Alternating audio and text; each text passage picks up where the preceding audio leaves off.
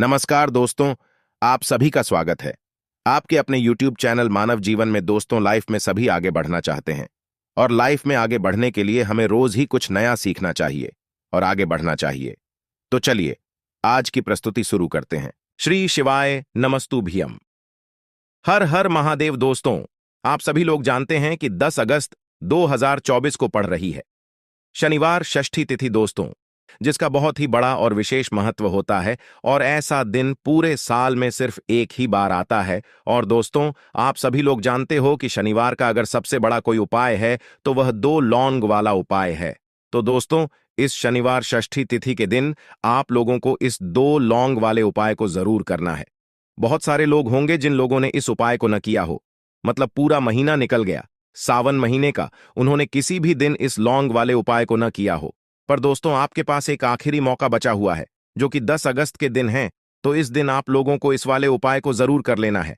भले ही आपने पूरे महीने भर इस उपाय को न किया हो, पर अगर आपने इस सावन महीने के शनिवार षष्ठी तिथि यानी तीसरे शनिवार के दिन अगर इस वाले उपाय को कर लिया तो आपको इस उपाय को करने का फल मिलेगा जिसकी आपने कभी कल्पना भी नहीं खड़ी होगी।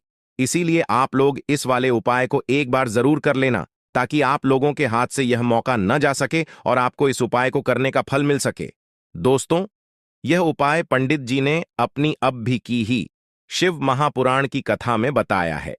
जिस उपाय को आज हम आपको बहुत अच्छे से समझाने वाले हैं, इस वीडियो को देखने के बाद इस उपाय को समझने के लिए आपको कोई और वीडियो को देखने की जरूरत नहीं पड़ेगी। तो चलिए दोस्तों, उपाय को शुरू करते हैं। देखिए, यह इस सावन महीने के शनिवार के दिन यह इतना खास होता है, इतना महत्वपूर्ण होता है।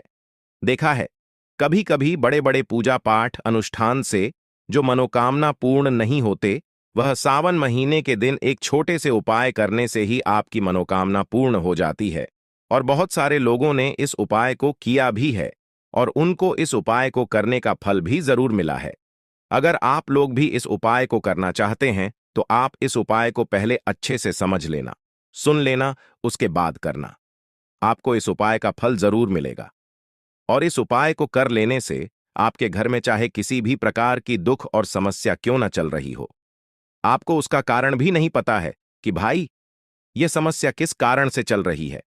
उसका कुछ भी कारण हो सकता है, जैसे पितृ दोष हो सकता है या किसी भी तरह का मंगल दोष भी हो सकता है।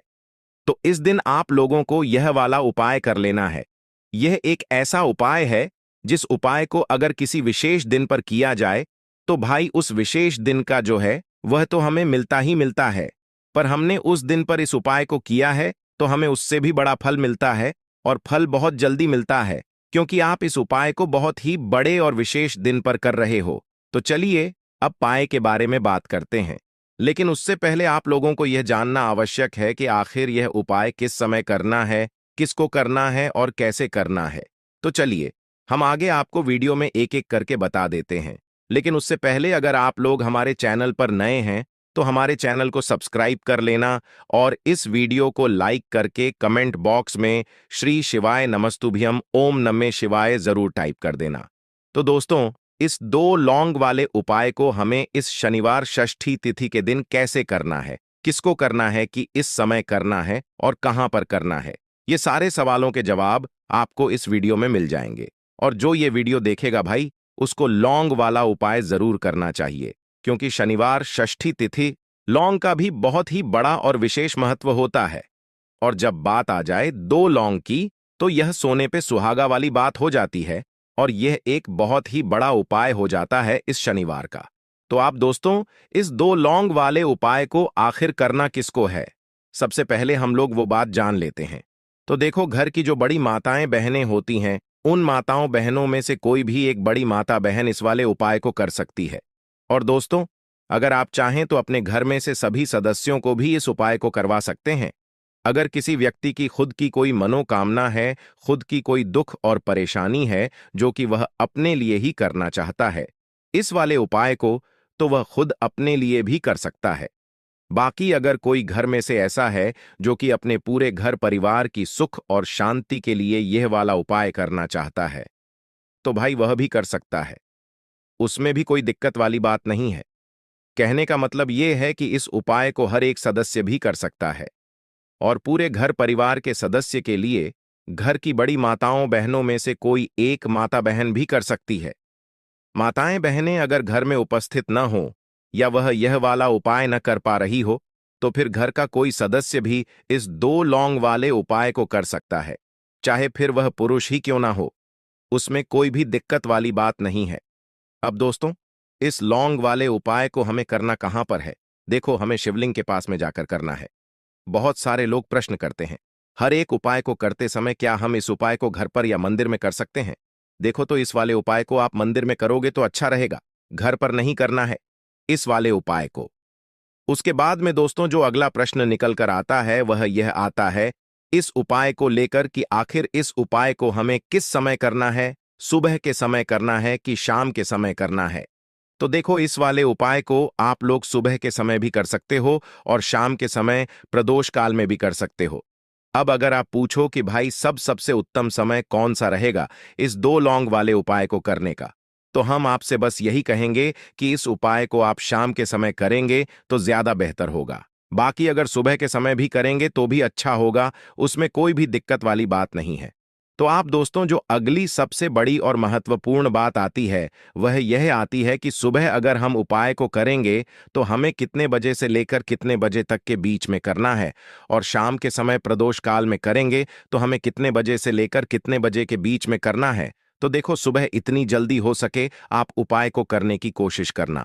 बाकी अगर किसी कारणवश लेट भी हो जाओ, थोड़ी देर भी हो जाए, तो 10 या 11 बजे तक भी आप उपाय कर लेना, पर 12 बजे से ज्यादा देरी ना हो। ठीक है, इस बात का ध्यान रखना। उसके बाद में दोस्तों, अगर शाम के समय प्रदोष काल की बात करें, प्रदोष काल का जो समय है होता है वह शाम के 6 बजे से शुरू हो जाता है। मतलब शाम के 6 बजे से लेकर 7 बजे के बीच का जो समय होता है यह समय प्रदोष काल का समय होता है। पर अभी जो मौसम चल रहा है इस मौसम में जो है शाम बहुत देरी से होती है, तो आप इस उपाय को 7 या 8 बजे के बीच में भी कर सकते हो। मतलब शाम के 6 बजे से रात 8 बजे के बीच में आप कभी भी इस वाले उपाय को कर सकते हो, उसमें कोई भी दिक्कत वाली बात नहीं है। परंतु मंगलवार के दिन कोशिश करना कि समय के अंतर्गत ही कर लो। किसी कारणवश न कर पाओ तो थोड़ा देरी से भी कर सकते हो, आपको उपाय का फल जरूर मिलेगा। देखिए, इस वीडियो में जितने भी उपाय हम आपको बताएंगे सभी उपाय सरल है। देखो, गुरुजी ने कहा है कि मंगलवार के दिन आपको चौमुखी दीपक वाला उपाय तो अवश्य ही करना चाहिए। वीडियो के अंतिम मैं आपको उपाय बताया है जो आपको करना है। देखो, आगे बढ़ने से पहले वीडियो को एक लाइक जरूर करें। देखो, सबसे पहला उपाय, यदि आपके जीवन में कर्जा बहुत अधिक है, आपके जीवन में संकट बहुत अधिक रहते हैं, आपके ऊपर बहुत अधिक विपदा आ रही है, बार बार आपको अपने व्यापार में और अपने धन में हानि देखने को मिल रही है, यानी कि आपको प्रत्येक कार्य में हानि हो रही है, तो आपको यह उपाय करना चाहिए। देखिए, इस उपाय के लिए आपको मात्र एक लौंग का जोड़ा लेना है, यानी कि 2 लौंग लेनी है।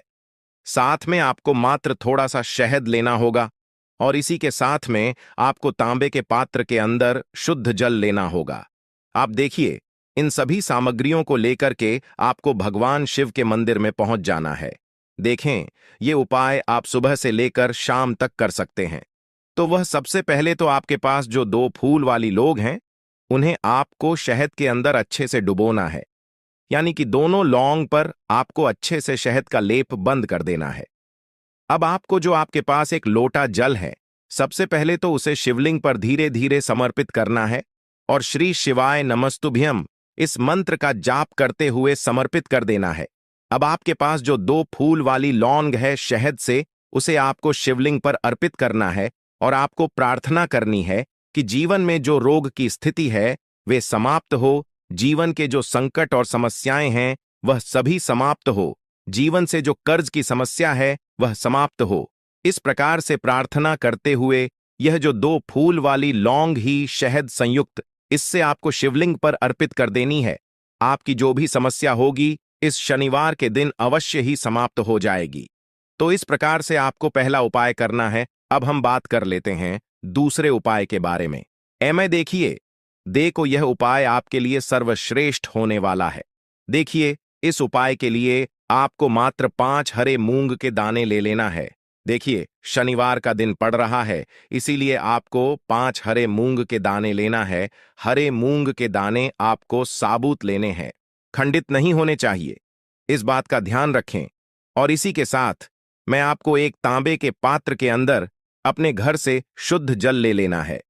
अब दोस्तों, इन सभी सामग्रियों को लेकर के आपको सीधे पहुंच जाना है भगवान शिव के मंदिर में। देखिए, इस उपाय को भी आप सुबह भी कर सकते हैं, काम के समय में भी कर सकते हैं।